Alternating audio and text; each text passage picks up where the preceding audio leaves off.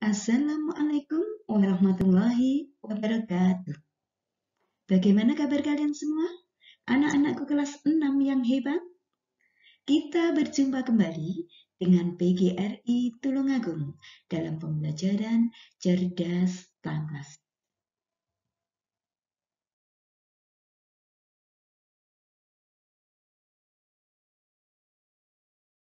Pada kesempatan kali ini, kita akan membahas tema 4, globalisasi, subtema 2, globalisasi dan manfaatnya, penilaian harian.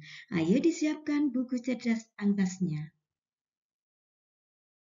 Yang pertama, muatan PPKM, KD 3.3. Ayo mengerjakan soal-soal berikut ini dengan benar. 1.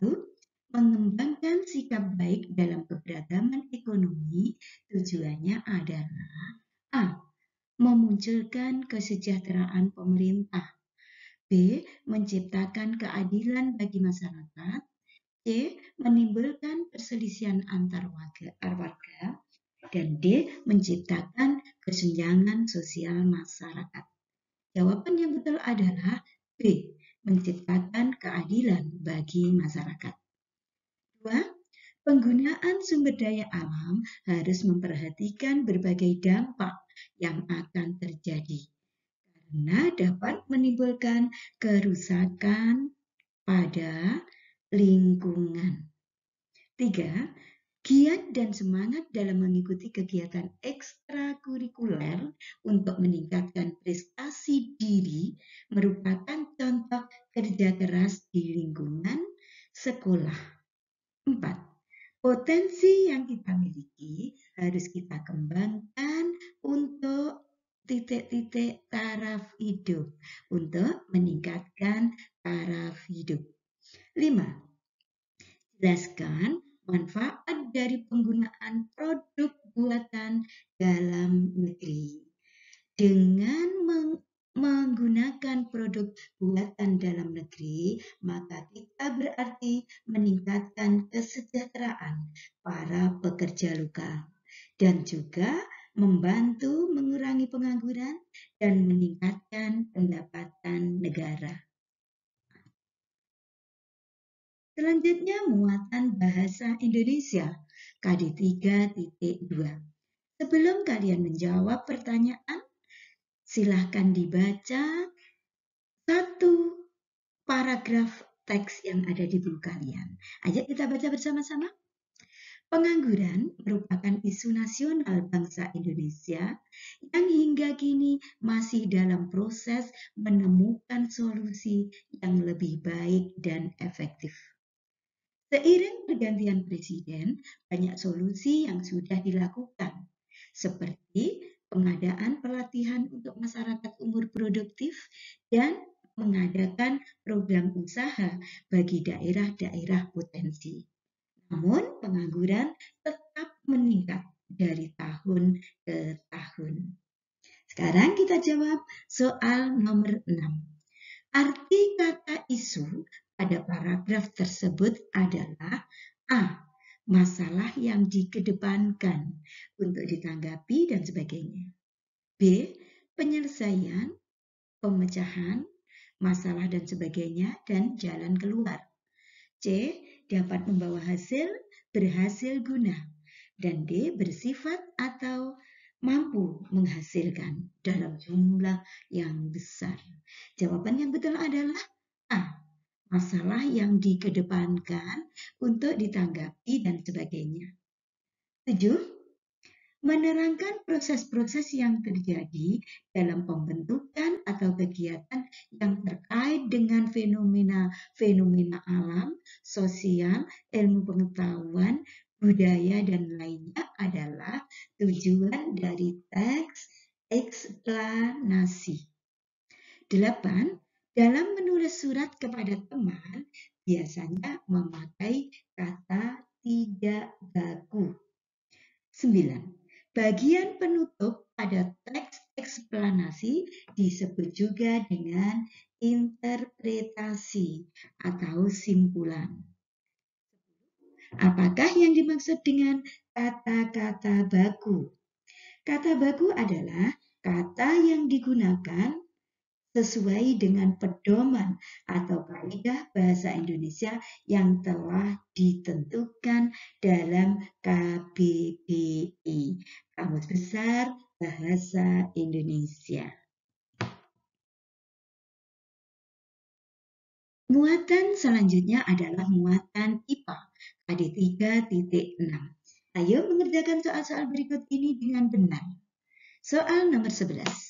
Salah satu cara yang dapat dilakukan untuk menghindari dampak akibat pemanasan global yang disebabkan oleh pemborosan energi listrik adalah A.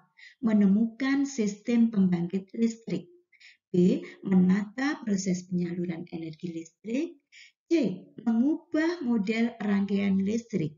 Dan D. Menghemat penggunaan energi listrik. Jawaban yang betul adalah D. Menghemat penggunaan energi listrik. 12.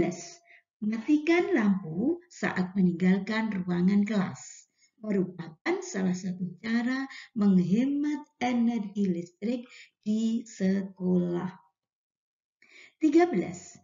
Mengingat bahwa ketersediaan sumber daya listrik di dunia sangat terbatas, maka kita harus memanfaatkan energi listrik secara bijaksana. 14. Dampak perubahan meningkatnya suhu global akibat penggunaan energi listrik yang besar atau berlebihan. 15. Jelaskan cara-cara menghemat energi listrik pada penggunaan alat-alat listrik. Nah, pada penggunaan alat-alat listrik, kita harus memilih peralatan listrik yang hemat energi, serta tidak terlalu sering menggunakan energi listrik. Contoh, ketika menyetrika, silakan menyetrika dalam jumlah banyak. Jangan kita setiap hari nyetrika untuk menghaluskan baju yang akan kita pakai. Selanjutnya muatan IPS KD 3.3. Ayo mengerjakan soal-soal berikut ini dengan benar. Soal nomor 16. Bentuk kerjasama di bidang politik negara-negara ASEAN yang merupakan pertemuan rutin di antara Menteri Keamanan negara-negara anggota ASEAN disebut A. ASEAN Defense Minister Meeting. B. Konferensi tingkat tinggi ASEAN. C. Kawasan bebas nuklir ASEAN. Dan D. Ekstradisi ASEAN. Jawaban yang betul adalah A. ASEAN Defense Minister Meeting, ADMM. 17. Negara-negara anggota ASEAN tidak ikut campur atau mengintervensi konflik yang terjadi di negara-negara lain anggota ASEAN. Disebut Perjanjian Kawasan Damai, Bebas, dan Netral. 18. Bentuk kerjasama bidang politik dalam menangani tersangka kejahatan yang melarikan diri ke kawasan negara-negara di ASEAN disebut Perjanjian Ekstradisi. 19. Tujuan kerjasama Indonesia dalam bidang politik adalah mencegah terjadinya sengketa internasional karena adanya perbedaan sistem politik. 20. Apa bukti bahwa Indonesia berperan aktif menjaga perdamaian dunia? Buktinya, Indonesia ikut dalam kerjasama negara lain yang dilakukan dalam bidang politik. Indonesia juga berperan aktif dalam menjaga perdamaian di kawasan Asia Tenggara. Selanjutnya muatan SPDB KD 3.1. Soal nomor 21. Poster dapat kita jumpai di tempat-tempat umum seperti mal-mal, pasar, taman-taman kota dengan tujuan kepada masyarakat. B. Menganjurkan kepada masyarakat. C. Memberi informasi kepada masyarakat. D. Menawarkan kepada masyarakat. Jawaban yang betul adalah C. Memberi informasi kepada masyarakat. 22. Buku yang diterbitkan secara tidak berkala yang dapat terdiri dari 1 hingga sejumlah kecil halaman disebut brosur. 23.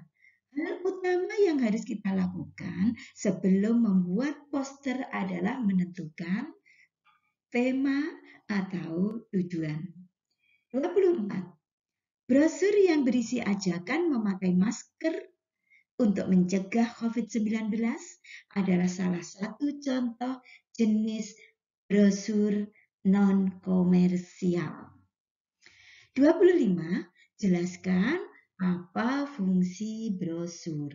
Fungsi brosur adalah memberikan penjelasan dan pemahaman tentang suatu produk, layanan, atau program yang ditawarkan kepada produsen.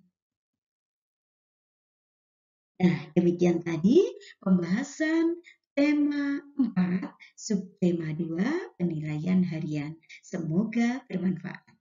Terima kasih. Sampai jumpa di video pembelajaran berikutnya. Jangan lupa kita tetap bekerja keras dan tetap bersemangat. Saya akhiri. Wassalamualaikum warahmatullahi wabarakatuh.